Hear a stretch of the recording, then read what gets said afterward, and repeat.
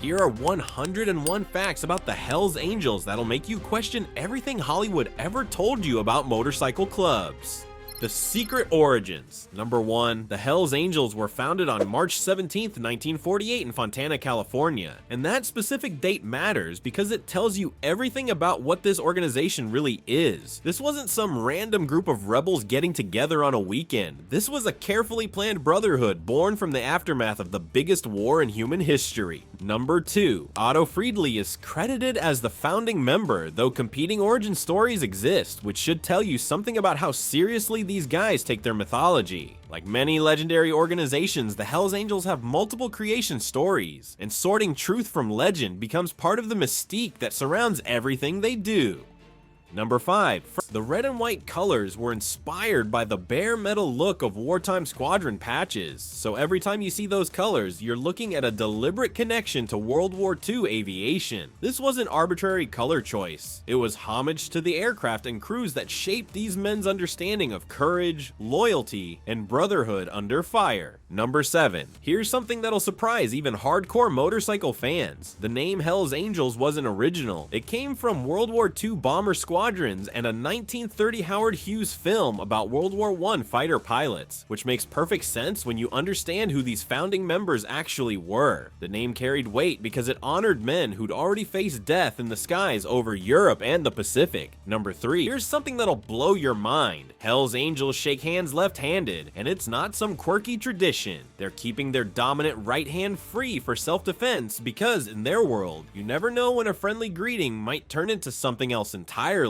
Think about that next time you see bikers meeting. There's strategy behind every gesture. Number 9. Those early members were World War II and Korean War veterans who missed something they'd lost when they came home. That intense brotherhood forged in life or death situations, and they were determined to rebuild it on American highways. These weren't kids playing at being tough guys. These were combat veterans who understood what real brotherhood meant and weren't willing to live without it. Number 4. Hunter S. Thompson's 1966 book Hells Angels, The Strange and Terrible Saga, vaulted the club into mainstream notoriety, though most angels today will tell you Thompson got more wrong than right. The book made them famous, but fame came with a price. Suddenly everyone thought they understood the angels based on one journalist's year of observation. Number 12. Frank Sadalek designed that iconic Death's Head Skull logo you see everywhere. And no, it wasn't some random biker doodle. It was a carefully crafted symbol meant to honor their military heritage. Sadalek understood that symbols matter, that they carry meaning beyond decoration, and he created something that would become one of the most recognizable logos in the world. Number 6. 81 represents H and A, the 8th and 1st letters of the alphabet, and appears on support merchandise, so if you see someone wearing an 81 patch, you're looking at Hells Angels allegiance. This code allows supporters to show loyalty without wearing full colors, creating layers of association that extend the organization's reach. Number 11. The club incorporated in California in 1966 for trademark protection, which shows these weren't just rebels without a clue. They understood intellectual property law before most businesses did. While everyone else saw outlaws, smart lawyers saw an organization that knew how to protect its brand and defend its identity in court.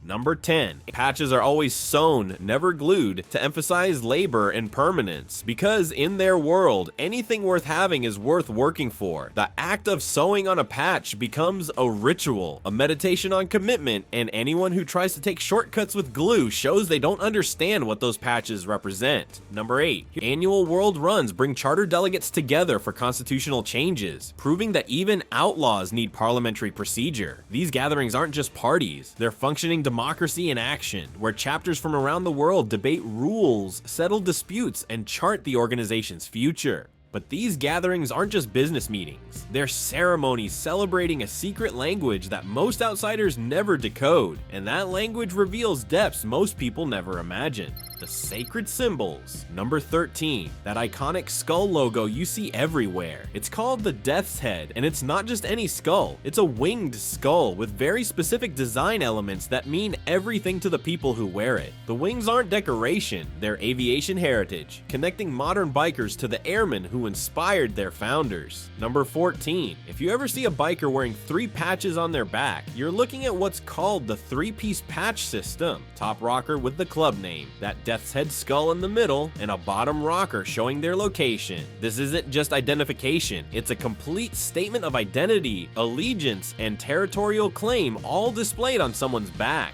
Number 15, that little rectangular patch next to the skull that says MC. That's not decoration, it officially designates them as a motorcycle club, and there's a world of difference between wearing that and not wearing it. The MC patch separates genuine motorcycle clubs from riding groups, weekend warriors, and posers who collect patches without understanding their meaning. Number 16, here's a rule that seems simple but is absolutely sacred. Those colors can never, ever be combined with non-club logos on the same piece of clothing, because mixing them would be like mixing the sacred with the ordinary. You'll never see a real angel wearing club patches next to a Budweiser logo or sports team emblem, because that would dilute the purity of what those colors represent. Number 17, AFFA stands for Angels Forever, Forever Angels, and you'll see it on rings and small patches worn by members who've earned the right to carry that internal motto. It's a promise that transcends life itself. Once an angel, always an angel in this world and whatever comes after. Number 18, the bottom rocker isn't just about location, it represents claimed territory, and wearing the wrong bottom rocker in someone else's area can get you into serious trouble. That innocent looking patch saying California or New York is actually a territorial declaration that other clubs recognize and respect or challenge at their own risk.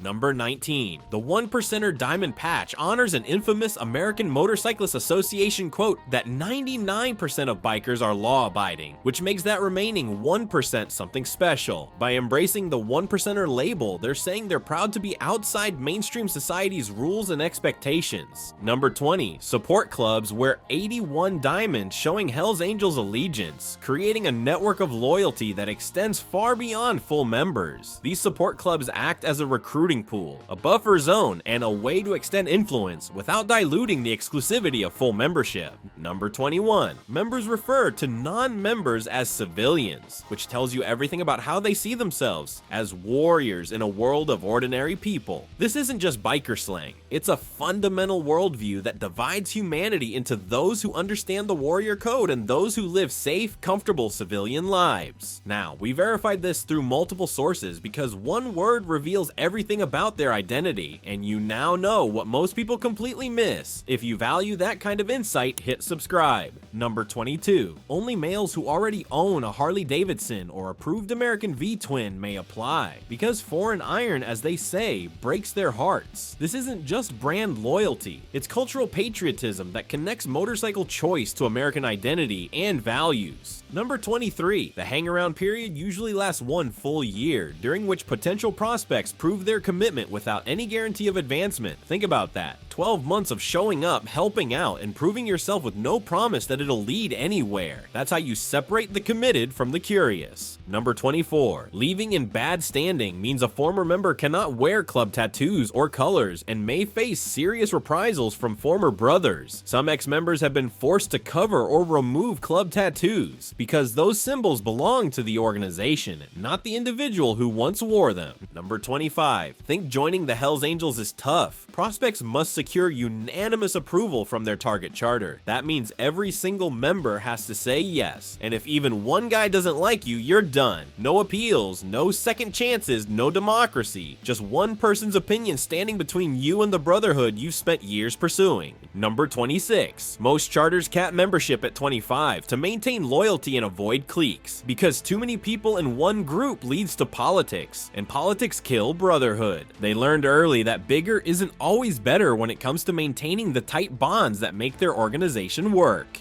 Number 27, support clubs like Red Devils wear 81 diamonds, indicating Hell's Angels allegiance, creating a buffer zone of loyalty around the core organization.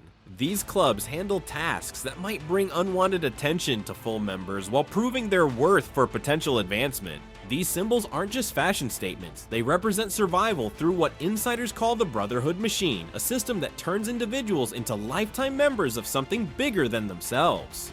Brotherhood rules. Number 28. The prospect period can last anywhere from 6 months to several years depending on commitment, and some prospects wash out after years of trying. There's no participation trophy in this world. You either prove yourself worthy or you don't, and time invested doesn't guarantee success. Number 29. Parliamentary structure includes president, vice president, sergeant at arms, secretary, and treasurer, because even rebels need organization to function. These aren't honorary titles. They're working positions with real responsibilities and genuine authority within the charter. Number 30. The Sergeant at Arms enforces internal discipline and ensures members carry out votes, making him one of the most feared and respected positions in any charter. When the group makes a decision, the Sergeant at Arms makes sure it happens, regardless of individual preferences or second thoughts. Number 31. Members pay dues that fund legal defense, funerals, and clubhouse overhead, because Brotherhood isn't free. It requires financial commitment that proves you're invested in the organization's survival and success. Those dues create a shared stake in the group's welfare. Number 32. Missing mandatory runs without excuse can result in fines or patch forfeiture, and those mandatory runs are called church for a reason. When the church calls, you answer, because the Brotherhood takes precedence over everything else in your life. Number 33. A deceased member's colors are typically buried with him or displayed in a frame at the clubhouse, because those patches represent more than membership. They represent identity that transcends death. The colors become relics, connecting the living to the departed in an ongoing chain of brotherhood. Number 34. HEMC maintains puppet clubs like Red Devils that prospect future recruits, creating a strategic buffer between the Angels and potential legal liability. These arrangements show sophisticated understanding of how to maintain influence while avoiding direct responsibility for actions that might attract unwanted attention.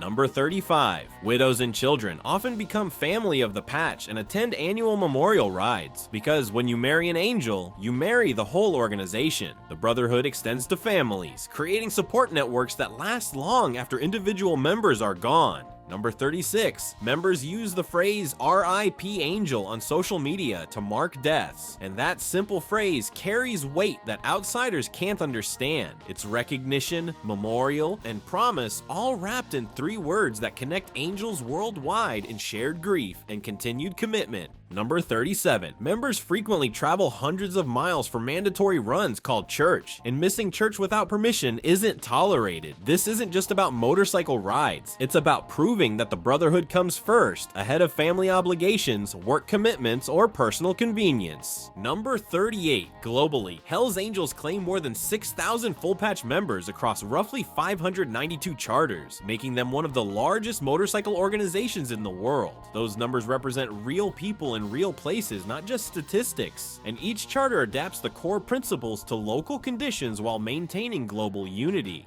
Number 39. A Nomad Angel carries club authority but reports only to international leadership, not a local charter, making them elite troubleshooters. Nomads are the special forces of the motorcycle world, sent where problems need solving or new territories need developing. Number 40. Nomads help open new chapters by vetting local prospects, which is why you'll sometimes see nomads in areas where no charter exists yet. They're scouts and diplomats, determining whether local motorcycle enthusiasts have what it takes to represent the Hells Angels name. Number 41. Puppet clubs buffer angels from direct criminal liability while maintaining operational control, showing sophisticated understanding of legal strategy. This isn't accidental. It's deliberate organizational design that protects core members while extending influence and capability. This organizational model proved so effective it couldn't be contained by borders, spreading across continents and adapting to different cultures while maintaining its essential character. Global empire. Number 42. Hell's Angels charters exist on every inhabited continent except Antarctica, and honestly, give them time.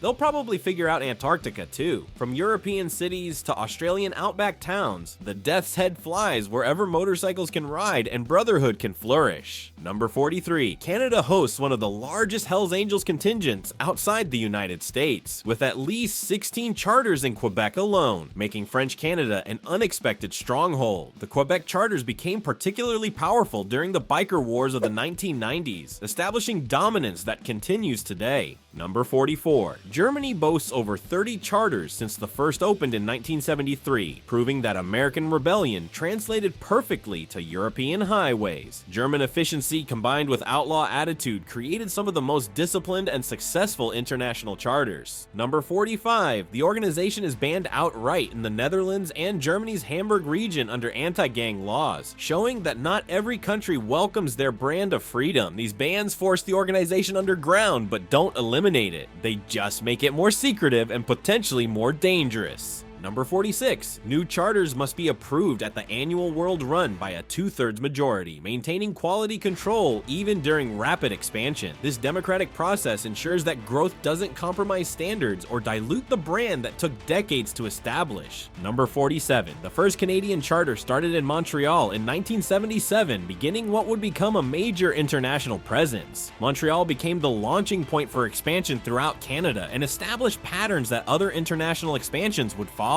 Number 48. Sweden classifies HAMC as a serious organized crime network in its National Crime Agency database, which is about as official as government disapproval gets. This classification affects everything from immigration status to business licenses for anyone associated with the organization. Number 49. Iceland's government revoked residents' visas for suspected angels in 2018, proving that small countries can still say no to big organizations. Sometimes being small means being able to act decisively against groups that larger countries struggle to control. Number 50. The club once attempted but failed to establish a Moscow charter due to Russian police pressure, because apparently even Vladimir Putin has limits. Russia's rejection shows that some governments simply won't tolerate organized groups that might challenge state authority. Number 51. Red and white support merchandise sells openly at European biker rallies, showing how the brand transcends borders and legal restrictions, even where the organization itself is banned. The symbols and imagery maintain their power and appeal. Number 52.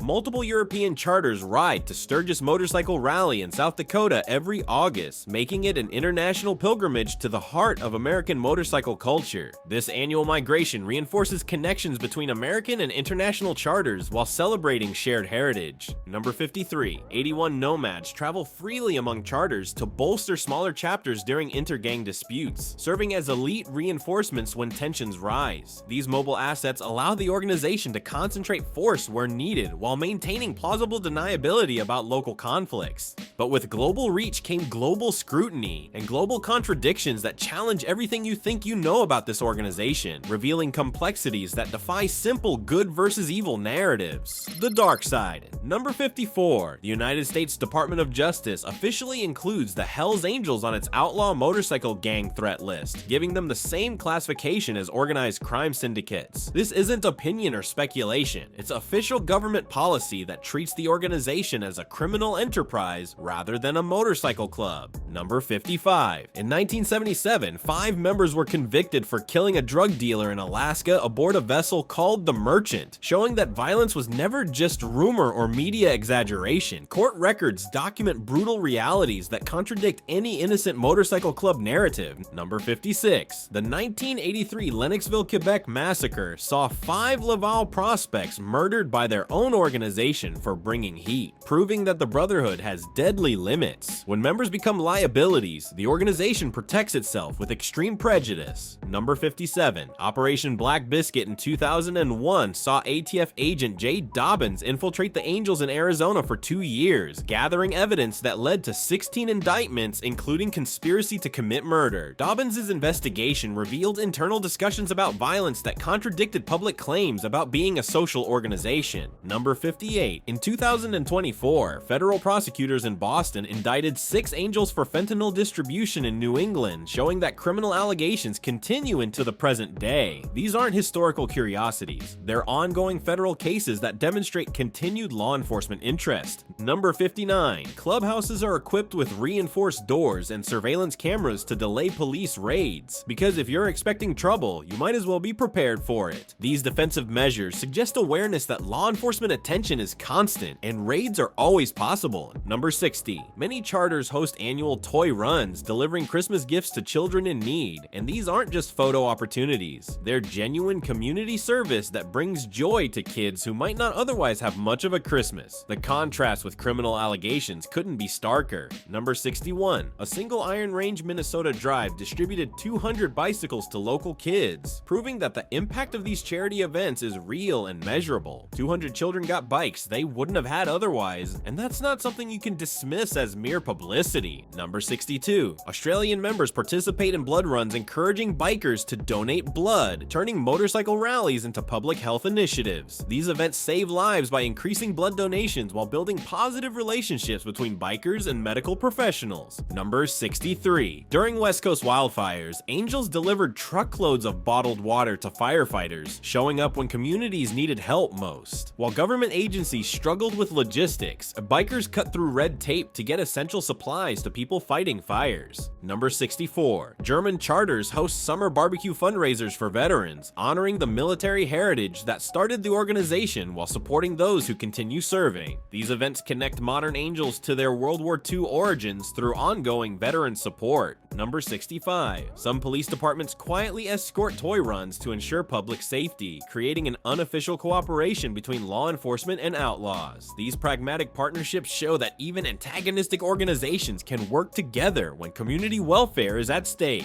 Number 66. Angels have delivered Thanksgiving turkeys to low-income families in Arizona since 2009, making it a long-term commitment, not a publicity stunt. 15 years of consistent service demonstrates genuine dedication to community support that goes far beyond image management. Number 67. Blood drives organized by the South Carolina chapter literally doubled Red Cross registrations in their area. Doubled them. Think about that for a second. People who might normally cross the street to avoid these guys were rolling up their sleeves because Angels asked them to help save lives. That's not just charity, that's trust. Number 68. Club-branded face masks were distributed free during the COVID-19 pandemic, showing that community service adapts to community needs. When the world needed protection, Angels provided it without fanfare or expectation of recognition. Number 69. Critics argue charity events also deter police from pursuing minor infractions. And honestly, that criticism might not be entirely wrong. Good deeds can create goodwill that provides practical benefits beyond just helping people. Number 70.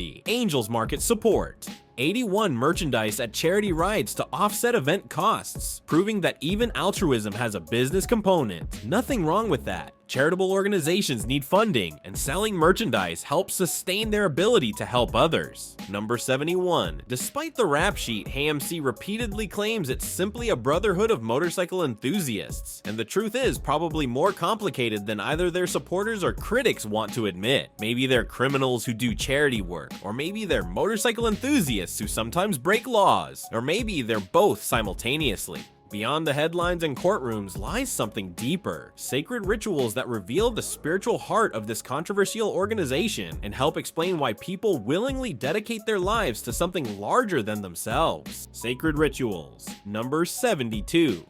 Traditional funerals feature a roared motorcycle procession called the Last Ride, and whether you agree with their lifestyle or not, there's something deeply moving about that level of brotherhood.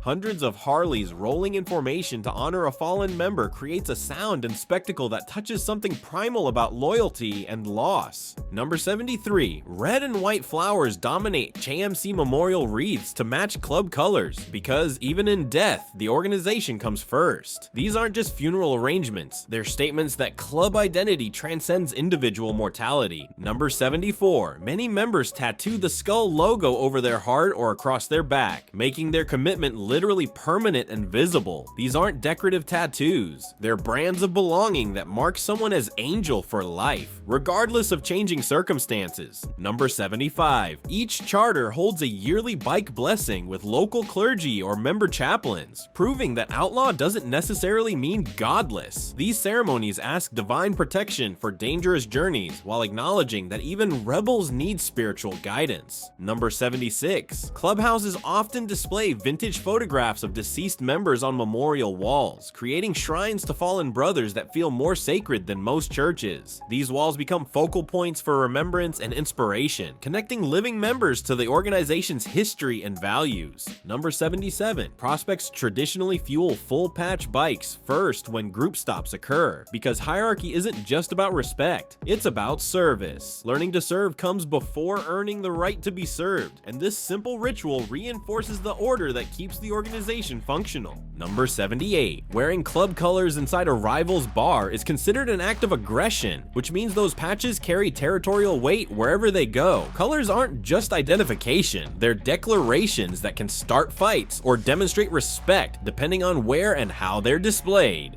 Number 79. Members rarely remove their cut in public, even at funerals or court appearances, because taking off those colors means temporarily losing your identity. The vest becomes like a second skin, and removing it feels like betraying everything the person has worked to become. Number 80. Club weddings often include a ride-through guard of honor with revving bikes and flares, turning marriage ceremonies into motorcycle theater. These celebrations merge personal milestones with organizational pride, making individual happiness a community celebration. Number 81. Songs like Born to Be Wild and Sympathy for the Devil are unofficial anthems at clubhouse jukeboxes, providing the soundtrack to outlaw life. Music becomes part of identity, reinforcing values and attitudes that separate angels from mainstream society. Number 82. Members often refer to police as pigs or the man in trucker style slang, maintaining the counterculture language of their origins. These aren't just insults, they're linguistic markers that reinforce us versus them mentality essential to group cohesion. Number 83. An angel. Bell hung below foot pegs is believed to ward off road gremlins, proving that even the toughest bikers believe in a little motorcycle magic. These small superstitions humanize people often seen as pure menace, showing that everyone needs something to believe in. Number 84. Angels stage no colors parties where members wear civilian clothes to mingle with outsiders, showing that sometimes the brotherhood needs to blend in. These events provide respite from constant identity performance while maintaining group bonds in more relaxed settings. Number 85. Some charters run legitimate security companies for concerts and festivals, turning their intimidating reputation into actual business opportunities. When you need crowd control, hiring people who genuinely intimidate troublemakers makes practical sense. But how do these timeless traditions survive in an age of GPS trackers and Instagram? And what does the future hold for an organization built on principles from another era? Modern outlaws. Number 86. Some US charters sell clubhouse beer for 81 cents to members because even the price of a drink can be a statement of identity. Every detail becomes an opportunity to reinforce belonging and shared understanding of what the organization represents. Number 87. Many angels serve as wedding officiants once they obtain online ordination certification, which means the same guys who intimidate police officers might marry your daughter. Online ordination democratized religious authority, and angels embrace this opportunity to serve their communities in unexpected ways. Number 88. Members often install hidden GPS trackers on their bikes in case of theft, because even outlaws have to adapt to modern crime. Technology changes the game for everyone, and smart organizations embrace tools that protect their most valuable possessions. Number 89. Angels distribute custom printed Bibles at some charity events featuring red covers, creating one of the strangest juxtapositions in American religion. Outlaw bikers spreading the gospel challenges assumptions about both religious faith and criminal identity. Number 90. Club dogs, often pit bulls, wear red bandanas with the skull logo because even the pets need to represent the organization. These animals become extensions of their owner's identity, carrying club colors and reinforcing the image of dangerous loyalty. Number 91. Angels have filed defamation suits against news outlets that label them terrorists, using the legal system to defend their reputation. They understand that controlling narrative requires fighting false allegations through legitimate channels rather than just street confrontation.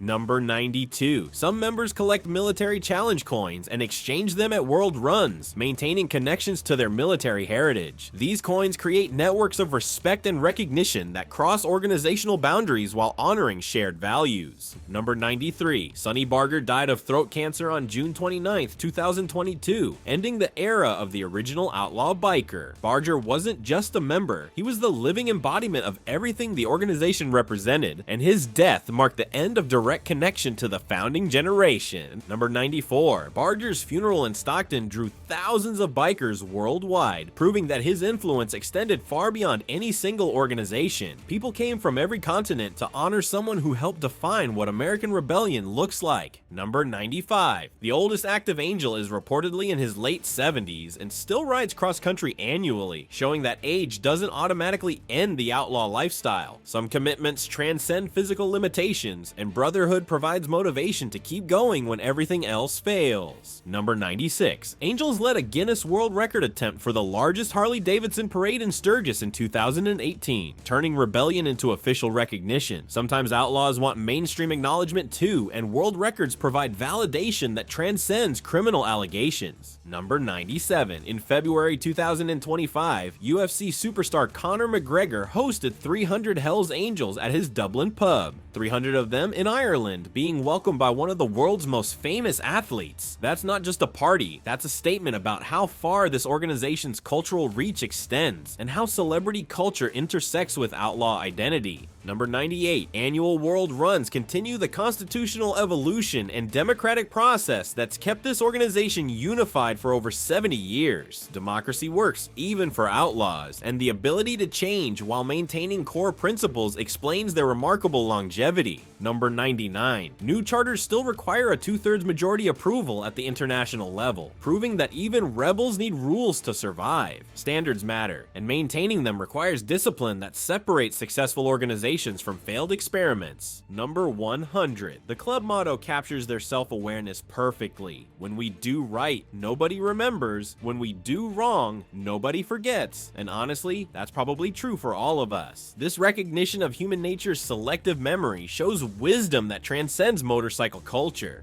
Number 101, but their core philosophy remains unchanged. Chrome won't get you home. Function over appearance, substance over style. Whether you're talking about motorcycles or life itself, that's wisdom worth remembering. In a world obsessed with image over reality, the Hells Angels remind us that what matters is what works, not what looks good. So there it is, 101 facts about a group that refuses to fit any mold. Love them or hate them, the Hells Angels embody a raw kind of freedom that comes with serious contradictions and consequences. Does that make them outlaws or just honest reflections of human nature? Drop your thoughts in the comments, and if this made you think twice, consider subscribing for more.